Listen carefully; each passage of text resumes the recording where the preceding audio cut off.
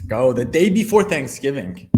This is famously the day where apparently there's the most DUIs and the most people drinking. Like this is the biggest drinking day of the year. Yeah, people come home from college and stuff like that. They see their friends. It's a big night out. It's a big club night, big night in the city. Yep.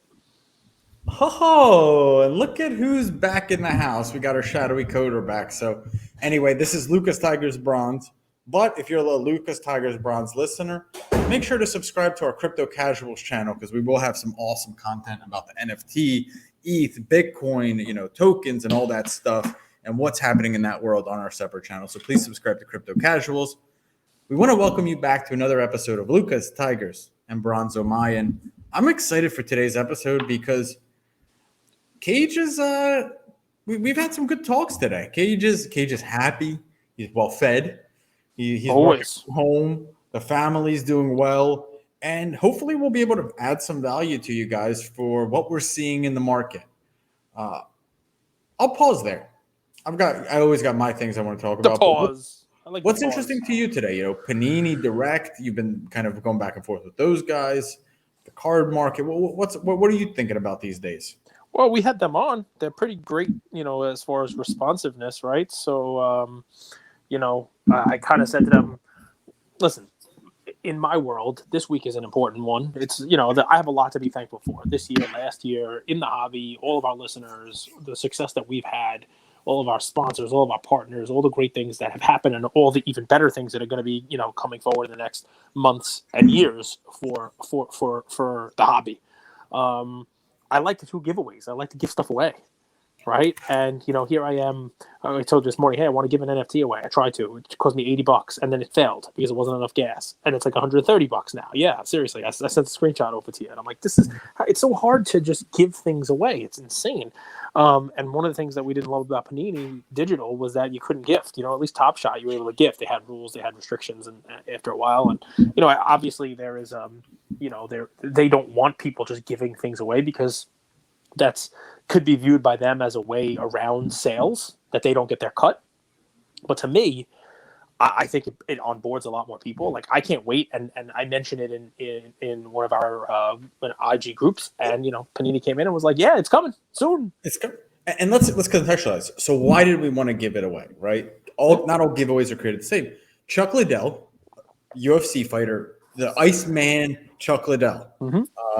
He bought a lion. Yeah. Yep. And we're like, why don't we, send him a tiger and a Lucas Tigers, right? He's in the NFT game. It's great to welcome someone to the NFT world.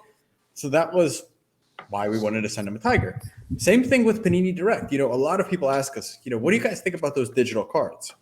And Cage and I, we've bought into them a lot purely from an experiment and a curiosity standpoint. We have so many of those cards. So we want to send thousands. We want to send, Alex Pokashevsky, Darius Baisley, maybe not giving anyone my Jalen Suggs. You know what it is? We have people listeners like Tony Harley who buys stuff on whatnot, and I'm able to sneak in an extra Steeler. Like I put a Vance McDonald autograph or whatever it is that I just happen to have laying around as a gift. But the only time I'm able to do that is when I'm adding it on. It's an add-on, right? But if listen. When these gifts go through, like I plan on giving a ton of these things away because I want people to, on board, get an account. It makes it a lot easier. We did our Lucas Tigers reward last month. Maybe next month or 2 months from now, the reward will be a Panini Digital card. And in order to get that, people are going to have an account, and that is going to increase the amount of people using Panini and that. So we're having that kind of stuff today. I got a lot to be excited about. We got I got Peter Pac-Man, basically calling me a fat guy and putting me on his story as Chris Farley, which I love because I'm going to be in a van down by the river for the rest of my life. So there's a lot of cool stuff going on. So I'm excited about that. I don't think I've made this like official yet, but I'm going to crash the Bleecker trade night on Monday, the 29th. So that should be fun too. I'll do everything. Right now, that's my plan. Things come up. It's almost a week away, but my plan is to actually show up for the Bleecker. So if you're in the area and you want to hang out, Bleecker Trading, I get to meet in person Josh, right, from Card Ladder. That's going to be fun, man. That guy, I chatted with him for like 3 minutes at the National, and didn't really get to sit down and talk to him and that kind of stuff. So I look forward to that. But yeah, dude, it's a great week. It's a lot of stuff to be thankful for, and I'll make a post later, guys. I want to hear what you're the most thankful for, because mine is going to be you.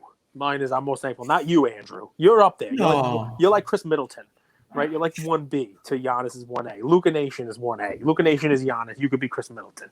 Like, we're not winning a championship without you, but the community is clear cut. The thing I'm most thankful for. So they're fun. We have a unique community. We become friends with a lot of them. Quite a few have joined our team, and they help us create content, help us run IG. They want to see this community grow because it's bigger than Cage and I, and it's to the point where we could only do so much, right? So it's really, really nice to see. Manny's been super helpful. He's learning how to create videos. He has a new show called Manny Being Manny, which he asked me a million times a day. Very funny. How am I doing? I said, bro, let the audience decide. I'm not some gatekeeper. Just post it. Let's see what people say and learn and add more skills to your repertoire. So that's that. NBA, NFL. You want to talk about any sports? Want to talk about the F1? We were chatting in the OG group. Dude, it's so funny. Listen, the whole world is a lot of there's a lot of fun, and it's a little tongue in cheek, right? But you like the NFT world. Even that, Chuck Liddell announced he bought a laser line, and most of the people are like, yeah, that. And he has to write in his first tweet, it's not paid promotion. I'm like, of course it's paid promotion. He's like, no, it's not. Like, I'm buying this because I like it. Like, I only have like 4 or 5 NFTs, and this is a cool one. I'm in the community and that kind of stuff. Like, and people are already like backbiting. I am famously not a believer in the F1 card market. Right, not the sport itself. I've come in and I've told you guys a million times the sport may be wildly successful. That does not always translate into cards. Well, right? If I could really actually say what I think you were saying this whole time, it's guys, don't be late to the game and be stuck holding the bag on cards that have gone berserk. It's not that F1's going to die. It's that, hey, be careful because we've seen this trend time and time and time again. And you say it in a funny way. Yeah. Well, so I mean, listen, I was not on board buying, the Chrome Hamilton stuff first. It was just not. It wasn't a sport I watched. I can tell you, unless you count movies, I've not watched an F1 race. You know what I mean? So it's not something that I'm going to be buying. I've watched it in movies. I've watched a bunch of movies about it, but I haven't watched an actual live race. I think I've watched some NASCAR races. Also I've watched more in movies, but. Point there is, there are a lot of properties out there that do great business, that have a lot of success, but that doesn't translate to a collectible card market. And that's one of those things that I was trying to say. It's funny. I gave a play. I went into our group, and some of the standard bearers for F1 content folks. I said, "Hey guys, I gave an F1 play," and before I even told them what it was, it's like Cage. He's pumping and dumping. F1's a pump and dump. Cage is joining the pump and dump. And I'm like, no, guys, I'm not buying it myself. And it's not Chrome. It's not Sapphire. That's easy, And I told them what it was, and all of a sudden they were like, Pumper. Like, so it's funny how that happens. You know what I mean? It's obviously very tongue in cheek, and I love those guys. But yeah, I mean, sports. I saw an announcement. I don't know if it's true. I got to research it. That the USFL is going to come back. Somebody posted a little thing about the USFL coming back next year, which would be amazing. Another football league. There always seems to be, something. The XFL and the Arena League, and the USFL actually was the one that I think it was Trump led in the '80s, but it was one that gave the NFL some legit competition. I mean, remember like Irving Fryer we had on, and we were talking about it then when he was being drafted, and the reason why he was the number 1 draft pick, because you were great, Irving. We love you. But also because in '84, if you look, Reggie White has a 1984 USFL card before his rookie. Steve Young has a USFL card. The Jersey Generals were amazing. Herschel Walker, that was, I think, Trump's team. He came out and played for the USFL. Like, they got legit guys to come and play in that league. I actually went to a game. So I saw Herschel Walker play for the Generals, New Jersey Generals. Was he a monster? Oh yeah, he was a monster. I think Willie Gault, who played for the Bears, and he was like an Olympic sprinter. I think he even did when after the Jamaican bobsled team, we put some sprinters on ours, and I think Willie Gault was on our bobsled team. Is that right? Cool Runnings is a How classic. my brain remembers this. Like I actually remember when Cool Runnings was happening. Like not when it was a movie. I remember the movie too, but I remember when it was happening. Is that Chris Farley as the coach? No, that's John Candy. But I am confused for both, so it's fine. I'll take either one. I actually think you look more like a handsome John Candy. Listen, John Candy, that's Dewey Oxberger from Stripes. That's like my alter ego. So it's good stuff right there. He's a lean, mean fighting machine. So lots of Is fun Herschel stuff. fighting in the MMA? He is fighting in MMA, but he's also like 112 years old. So some of those, it's going to be tougher to sanction some of those fights soon. But that guy's a beast. We should have him box Bernard Hopkins. That'd be cool, right? Dude, Bernard is like 60 years old. You want to hear a fun fact, Cage? Yeah, shoot. So, we have a family business, and we had a guy with us. I just don't understand. The world's so fascinating. His name is Bobby Jenkins, Southpaw. And when my dad bought the business, he was working there. Mm-hmm. And this was 2000. And here we are, 2021, family business. Bobby Jenkins, still working with him. And you know what he was? He was a middle welterweight or something like that champion, but he was a sparring partner for Bernard Hopkins. Wow. Yeah. That's pretty cool. And he kind of like became my pseudo uncle because, I was 11, 12 years old. My dad would have to go shopping or do stuff for the business. And it was my dad, myself, and Bobby manning the shop. Bobby Jenkins. Good guy, man. Really good guy. Bobby Jenkins. It's cool, man. I'm pretty sure there's some stuff out there on him. Former boxer. Pretty cool. Bobby Jenkins. 2-2. Welterweight. All right. That's cool, man. That's cool stuff. The internet is great. There's everything around the internet. The internet, you can find anything. You can find anything. So, basketball. Talk about basketball? Yeah. So actually, I'll have two plays today because your play with Formula One got the wheels spinning. So I'll save that till the end. I want to talk about Ja and this Grizzlies team and what I saw the other day. And I'm curious if you guys agree with this, disagree with this. And it's also kind of a take on the market as well. So you typically have this like preseason to first 5 games of the season run up where basically any player that you buy that has a potential to be, speculative, Michael Porter Jr., Luka, Trey, Zion, Dame, most star players or potential stars run up during that time, right? It's that like preseason buying where people want to get in and have chips on the table, have a bet, have a horse in the race, and then you see a tail off, right? And I think that's what we've seen the last month. I mean, Luka Silver, for example, is 4,000. Right before the season started, Cage and I thought that we'd made the biggest mistakes of our lives by selling it at National. But I think what happens is, and we see this in football too, is now you get separated into 2 categories, right? You have like Michael Porter Jr., who's injured, who's a huge risk, no potential. He's going to be sold off. But I do think, guys, you want to say something on that? Yeah, that's my play. Is it Michael Porter Jr.? No, it's not. The overreaction on Michael Porter Jr. You know how much his like optic, okay. But that is why he's a play. You can buy his optic base card PSA 10 for like $20. Wow. Seriously, that's what they're selling for. Is base done? The Prism's under $50 for PSA 10 of him. I'm telling you, and they're gonna go down more. So this is like overreaction time. It's almost like, listen, I'm not going to compare them because it's very different, but we had on, who was it? Was it Summertime Cards who came on and said he was investing in Deshaun Watson, right? Which, obviously is a longer hold for him, right? And maybe Deshaun, clears his name and plays next year and is back. And those buying those cards, 5 cents, 10 cents on a dollar becomes a good play for Summertime Cards. And he's realizing when he invests in it that it's something that could go to zero. But raise your hand if you're listening to this, honestly, if you've ever made a play that you didn't think could go to zero. A lot of these could go to zero. When you buy Bol, he can go to zero. He still could go to zero. I buy Devontae Graham, he can go to zero.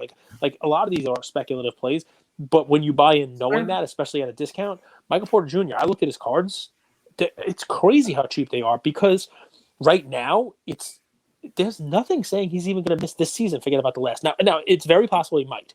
the reports are he has a potential nerve issue with the back that could cost him the season. And he hasn't played since November 6th, which obviously is not a good thing. And when he did play, he looked hobbled, right? Terrible. But this is now a play. And look, I'm just giving you the optic and the prism, the base from 2018. You can go a different way with this. You can get his autos. You can go get a million different cards because they're all going to be literally 10 cents, 20 cents on the dollar, 25 cents, a quarter on a dollar from where they were. And to me, sure, there's downside there, but this is a guy who everyone besides me loved. Literally, everyone thought this was the second coming. He was compared to Kevin Durant by people who folks actually give credibility to. Right? So I'm not saying he's going to be Kevin Durant, and I'm not saying he ever even plays again in his career. But this is a guy you have to look at because of the risk reward on this, right? If he doesn't miss the season, or even if he does and he comes back next year after rehabbing or after he gets healthy, this is a guy who can put up numbers. Somebody famously told me that he could put up 40 any night, 50 any night, even though I told him that he's never scored more than 39. That didn't change. I'm sitting here thinking how terrible my take was that, he has MVP potential and he could be as good as Durant. That's not a terrible take. What's great about it is that's when the Nuggets, in hindsight, should have traded him instead of signing him to a $200 million contract extension. Because clearly you weren't the only one who thought that. His team thought it. Right. We use anecdotes and analogies to compare players, right? And style specifically. We're going to do a post on this, but this one was fascinating. Ja is similar to Iverson in their playing style. Now, that doesn't mean that Ja is as good as Iverson. Right. Nor does he maybe potentially have the potential of Iverson. What do you think of that comp? Kerwood had said that, and it kind of got my wheel spinning. I think Ja is more hoppy, if it's a word I'll use. It's sort of like describing a beer, right? He's got more hops than Iverson. Iverson is more of a better ball handler, one-on-one outside isolation type player, where Ja is more athleticism, finishing around the hoop, like more springs, more dunking. Like Iverson didn't really dunk that often. He was a jump shooter. He took people, left and right, and he took the crossover, and he finished great around the rim. I think it's an interesting comparison. It's an interesting one. Yeah, it's not a perfect one. Yeah, but the game is different. That's why the game is different. I think Ja might even be better in that time because he's not a great 3-point shooter, and Iverson wasn't a great 3-point shooter, but he had a killer mid-range game. He killed people right around that paint area. So MPJ's your play, huh? Yep. I see what you're doing. Buy the dip. Yeah, by the uncertainty of the dip right now, because I look, and if you type in Michael Porter Jr. news, all you get is 2-day-old news saying he might miss the season, right? He might miss the season. He also might need some icy hot. I'm not saying that's going to happen, right? But he also might just need, some sort of like massage there. I have no clue. I'm not a doctor. But even worst case scenario, you're buying the cards really cheap. And, listen, this is not a play for most of the people who listen to us who are in the flip game, mug life, garage sailing. This is not your play. In 2018. What a weird, different time. Mug life. This is a longer term hold. This is not the Gary Disciple play. This is the actual Gary play. This is the one you put it in your safe and you forget about it. And if it breaks right, you are buying this at a third, a fourth, or a fifth of what it will go for when he comes back. And he doesn't even have to go back to being full strength. It's the start of next season. Michael Porter Jr. is back, and all of a sudden you see some practices. He looks full strength. His back is great. He's back to doing why they signed him to that extension. Those cards are not $20 anymore. So I agree. It's one of those where you might be able to sell it for double without even him stepping on the court. 100% correct. It's interesting. I mean, worst case scenario is you get news that he'll never play again. Right? Correct. That is the worst. Yeah. I think what you could do with that is back to that beat writer stuff, is to try to read the news before it hits the news type of thing, if that makes sense. Yeah, so no, it does. It 100% does. But I mean, he's young, right? Everybody's talking about how young he is, and the whole deal. To to say he's never going to play again, that's an interesting thing. I mean, obviously the back and nerves and, that play at that high level, everything has to be clicking. Everything has to be right. And we've seen guys, with injuries go. But Blake Griffin had a horrible back. He figured out a way to continue. Now he wasn't Blake Griffin, he wasn't the same guy, but he came back and, the whole deal.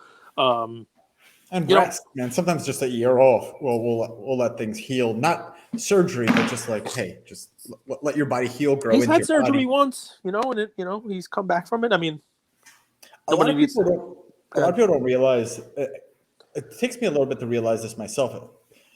When you're playing the game, that actually beats up on your body. Yeah. Sometimes taking a year off and strength training to get your body where it needs to be physically is the best rehab, right? We talk about rehab, but oftentimes people don't realize rehab is strengthening weak muscles, right? Like he might have the strongest legs, but there's vulnerability in his back and his core, and it's overcompensating, and that might cause pain in the back. So like maybe a year of just strength training, rehab, doing pool work, doing running, doing calisthenics, whatever it is. I'm sure he has great support out there. It could work. I hear you on that. My dude is there are people who are investing in him, and just to layer it on, and I'll turn it over to you for your play, and then for your cool F1 play. It was this. I know that my stuff that I mailed in October of last year is not back yet. And I know October of last year, November of last year, December of last year, everyone was sending in Michael Porter Jr. So in addition to this horrible news, it's coming at a time where for the next month, 2 or 4, people are going to be getting in a glut of his cards. There's going to be flooding the market. In addition to, and they just want to get whatever they can for it. So this is one for you to keep an eye on, especially right now this week where there's a lot of uncertainty and who the hell knows what's going on with his back, right? Who knows what the story is? People are just exiting, right? Yeah. Somebody gets a PSA return back with a bunch of these cards in it. They may just list them all on eBay and you're able to steal them, or you might find a Facebook group or something like, I just need out. I never really liked him anyway, but everybody was grading him. So I'm getting my PSA 10s back. Yeah. Who wants them, Yeah. 35. I'll sell my 10 from this PSA sub. 3 9s and 7 10s. I'll do $25. Yeah, $30. Just want to recover my cost of grading and what I paid for it back then, or whatever the heck it is. Sure. And it's like I say, there's risk, but there's also reward commensurate with that risk. A lot of times people don't realize investing is risk. You do want risk. Of course, it's you want to balance it out, right? What's the potential reward? If you were buying him, without an injury, and I'm just saying, hey, Michael Porter Jr. looks pretty bad, but he's going to go, okay, now your potential reward is what, 20, 30%, and the downside is not exactly there. At least it wasn't known. But something like this, you're buying it so low because people are, I don't want to say overreacting, people are reacting. The risk and the reward kind of match up with one another, and it depends on what your risk appetite is. But why I like to play is this is a different year than last year. Next year will be even more different. Cards we're in a different spot, right? And it's not as easy to make money in cards as it was previously, right? You got to hustle, you got to be, in the dollar bins, you got to be looking for bargains, you got to figure out what to grade, where to grade it. You can't just send every little thing to PSA and then sell it when it comes back. It's just not the way it works anymore. There are different ways of doing it, and this is a strategy that could potentially work. I wouldn't be buying only guys who are facing potential season and career-ending injuries, but like everything else, right? You want to build up a portfolio out there. You can have some safe stuff and some riskier stuff, and maybe this falls on the riskier end. And the risk is, I'm gonna put in $250 into Michael Porter Jr. Yeah. Expect that to go to zero. So okay, so I'm putting $250. But what's my upside if it goes well? Can I take out, can I get 4x on this? Can I probably get 6x on? Yeah. So okay, 250 goes to zero, or could go to 1,000. Hold the year and I go 1,000. Okay, 4 to 1. Okay, I think that's a reasonable bet. I like that. I was watching the Memphis Grizzlies Utah Jazz game, and it was a game that I thought this Grizz team had no business winning. First off, the Grizz weren't healthy. Dylan Brooks was out again. And the Jazz were, and they were playing well. But what I saw was every time this Jazz team took a 10-point lead on the road, this Grizz team clawed back. Jaren Jackson Jr. taking the ball up the court, shooting threes in transition. I love to see this guy's development. He's a little inconsistent for me, but he was owning Gobert. And this is the best defensive player of the year. And when they get Dylan Brooks back, here's what I think. And I've said it before. I think the rotation's going to be, it's not like better. It's more complete, right? When you add a position piece like that they've relied on, he's the number 2 on this team. He's a great shooter. He's a great three-point shooter. He's a great defender. He gets into foul trouble quite a bit. I don't know if that will change, but my point is, I think it's kind of not make it or break it or do or die, but it's near that point for this Grizz team. No longer could they say, hey, we're just a young team. Well, you're young, but show us what you could potentially do. That doesn't mean get to the finals, but I would love to see them as a 6th seed get to the second round. Yeah, I really would. I think they can. I think they can. Their team is improved. And my play is Ja. And what I've seen this season is, okay, you have the Michael Porter Jr.'s that I was saying, like now they're tanking in price. But you have other guys that are just being dragged down with them that their performance isn't matching that. Luka's another one. Yep. Why are Luka's cards 4,000 right now? The guy is a stud. The guy just dominates people. Because so many other people are doing a lot better. People focusing on other folks. And, there's Curry money for Curry MVP. People weren't there at the beginning of the year. Curry and his team or another team in the West that is better than Luka's team. And a lot of people who were like, okay, Luka might win a championship here are looking at that team and saying he's not winning a championship this year and probably not until he leaves Dallas or something else major happens. And that's probably part of it. Plus, he was injured for a little while too, and there's overreaction to those injuries. A lot of reasons why Luka money left. I think it's starting to look at Clay. Like I have a Clay Prism 2012 card. I'm starting to get offers on that. Dude, did you see Clay's press conference yesterday? He's hilarious. I love that guy. He's amazing. I wanted to play basketball after listening to him. Like I wanted to go shoot some hoops, and you could tell he wants to also. Do you see the jersey number he's wearing? 77. Isn't that amazing? It's amazing. Why do you think is that semi-pro? No. He's wearing 77 because the NBA 75 included 76 people, and they left him off. And it reminds me of Michael Jordan, right? You always said I said, if you're the greatest, you're the greatest, and you're like, no way. These guys, they have to get something. They have to get that little chip. They need blackboard material, right, or bulletin board material, right? They need to put that up there and have that extra little fire. And Michael Jordan talked about it in The Last Dance, right? Like I took that personally, right? Well, this is Clay's. I'll take that personally. He has a 77 jersey because he's like, all right, if I wasn't top 76, I better be 77th, and all I can do is go out there and win. And when they have 100th, they better include me. Because I'll win a 4th championship this year. I want nothing more. That's it. Like it was refreshing. People like Clay are they're deceiving assassins, right? Like Jordan's in your face, like hood butts heads. Clay is quiet. He's so, he's just out. Like he's interesting, but he is such a competitor, man. He's such a killer. I love Clay. I can't wait to see him come back. But I would actually sell my Clay cards right before he comes back. I know that's stupid, but that's what I do. But back to Ja, which is my play. And it's not the base, it's the silver PSA 10, which actually doesn't have that high of a pop count. I'm sure there will go up, but I mean, it's 1,200 now. Let's say it goes to 1,500. There's not going to be that many PSA 10s flooding the market. That card is cheap, Gage. That's a $1,500 card. And I don't think Ja's going to be MVP.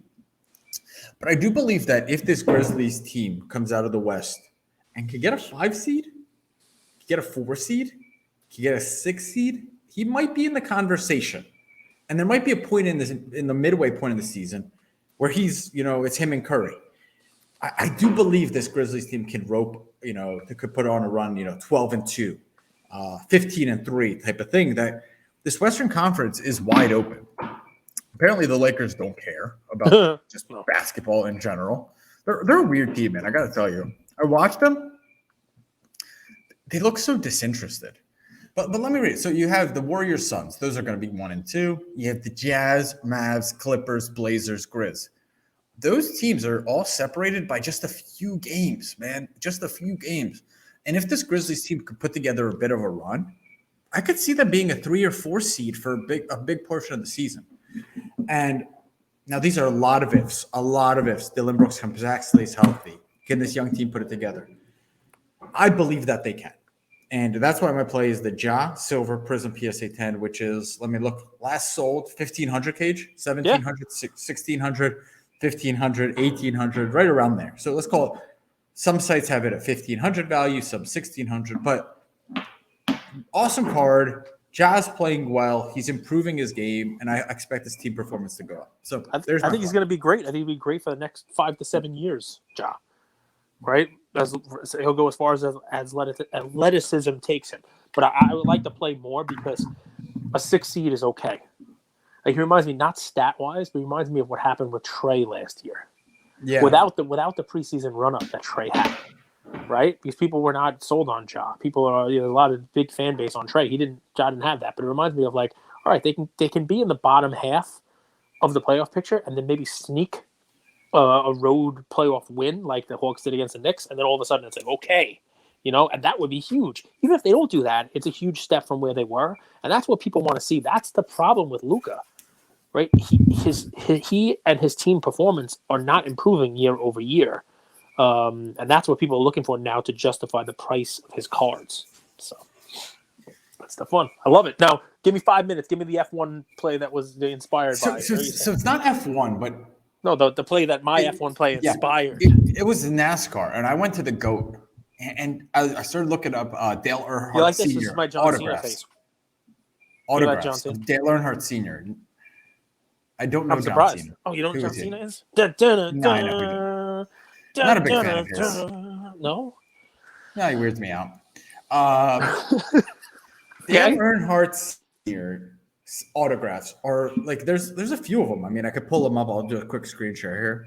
But dude, they're cheap. They're like $100, $200, and I don't think NASCAR is as popular as F1. Like F1 is in culture, NASCAR is out, but it's one of those that if you kind of want to make an interesting play, like this is a cool card.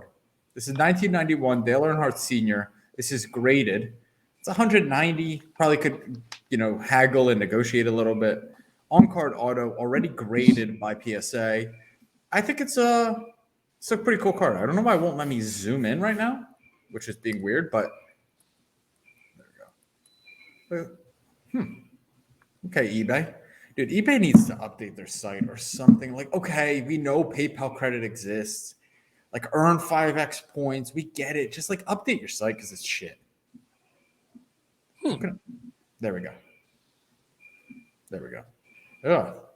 Picture taken with a Nokia phone. But anyway, you have a few of these. You get to choose. I don't know if you have a preference. This is 1991 Max Racing card. Love it. Is that a cool card? Yeah, the Max Racing, 100%. That's a cool stuff. I like the NASCAR stuff, man. Here's a cool one, Cage. So this kind of ties two things together. This is 1983 Uno Racing. We've been talking about Uno cards. Uno. Look at this. Uno card in a PSA 9. Dale Earnhardt surrounded by 3 women. Expensive. This one's $13.99. But take a look. Take a look at his market. I think it's worth putting on your watch list and doing your own research. I don't know the market well, but got me thinking. It's crazy stuff, man. The first thing I think about is like,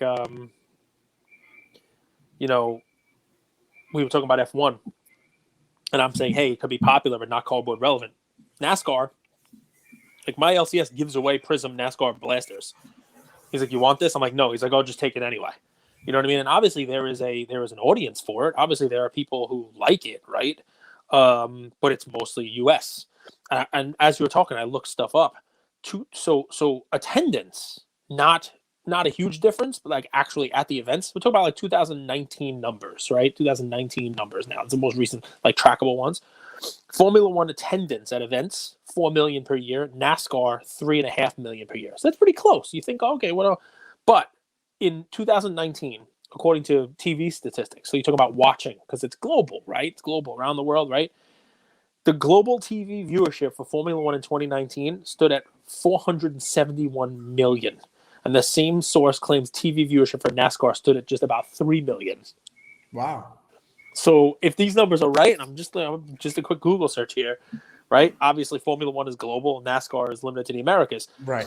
The pricing of Formula One cars, though, it means that people are counting on that global audience to become global collectors. Otherwise, the pricing difference between the two is not really justified. And, we'll see whether or not that happens, right?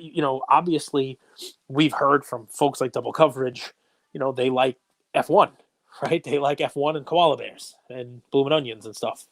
I don't hear them talk about NASCAR.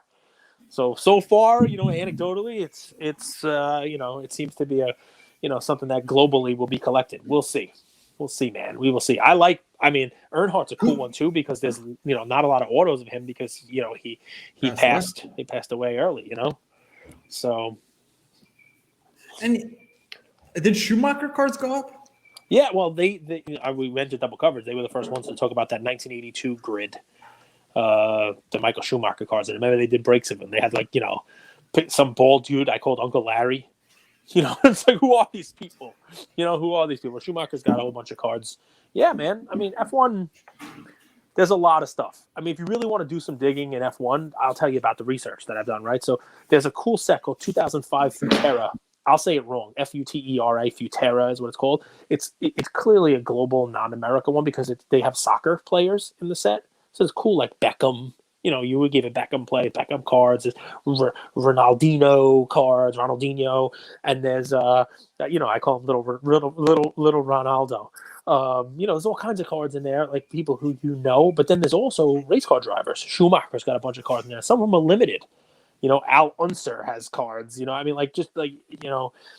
upon who you look at, Niki Lauda, he's got cards, and Niki Lauda was an amazing driver in the 70s, and involved in a bad fiery crash and a rivalry against Mark Hunt. Well, was it Mark Hunt? No, Mark Hunt was a UFC fighter. But the point, of course, is there's other F1 stuff out there. I'm going to be looking at that stuff. Because here's the mindset. All right, free Thanksgiving cage fun at the end, and we'll wrap it, right? We've seen this time and time again. When soccer got big and everybody's buying Mbappe, I was buying Pele. When basketball got big and everybody was buying Luka, Gary was preaching about vintage. Right? And it follows, but it takes time for people to get there, right?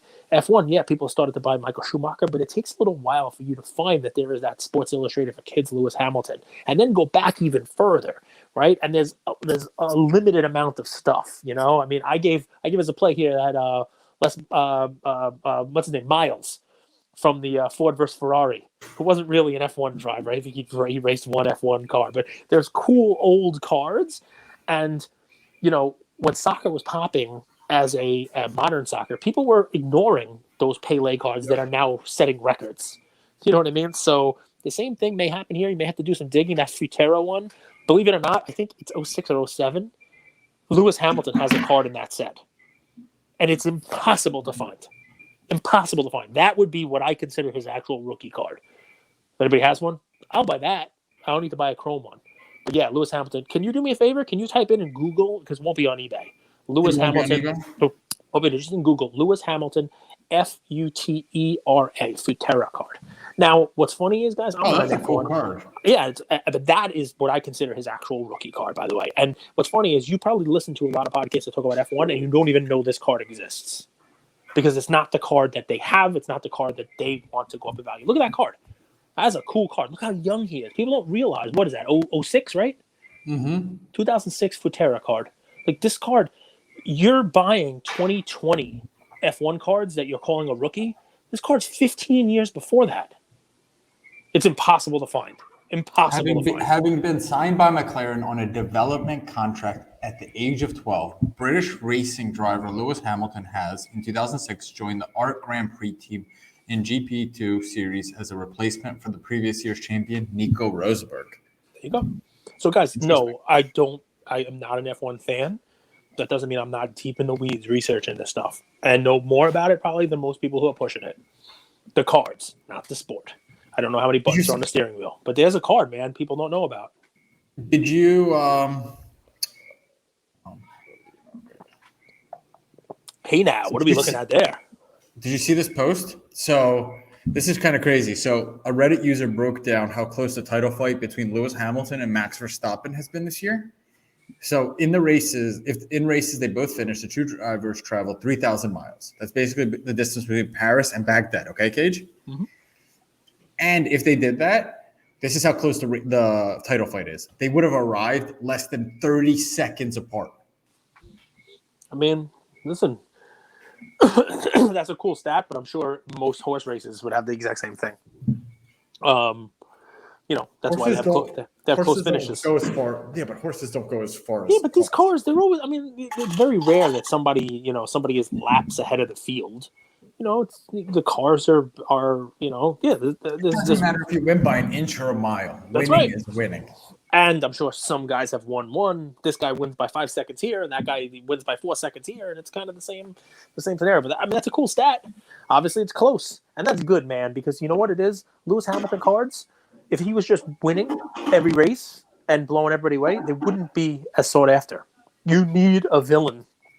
You need a number 2. I'm not saying Max Verstappen's a villain. It sounds like more of a villain name than Lewis Hamilton. But the villain thing is real, by the way. People didn't care about you need an adversary, right? Yep. Tiger needed a Phil, right? Federer needs Nadal. You know what I mean? Otherwise, no. That one's an interesting one. Well, because Joker Djokovic is kind came of in a also, villain. but he came after. Yeah. But yes, the same thing. If you're a runaway, it's great. Everybody loves that, but you need somebody to push you, and you need that story, right? You know what's funny? Brady was the villain until Goodell showed up. I mean, Brady always had Manning pushing him. You think, but Manning's not a villain. Manning's so beloved. But it's not. So Brady could be the villain, right? I think Brady was the villain. And Breeze was there, and then you had look, Brady was the villain to me because I'm a Raider fan. But the point is not. I shouldn't use villain or heel. You need somebody who's competition to push you, right? You know who my competition is? My competition is everybody else out there who wants you to buy something, and I compete with them by trying to find a better way for you to use your money. Let's fucking peace, Luca Nation. Take that back to the bank. Take care.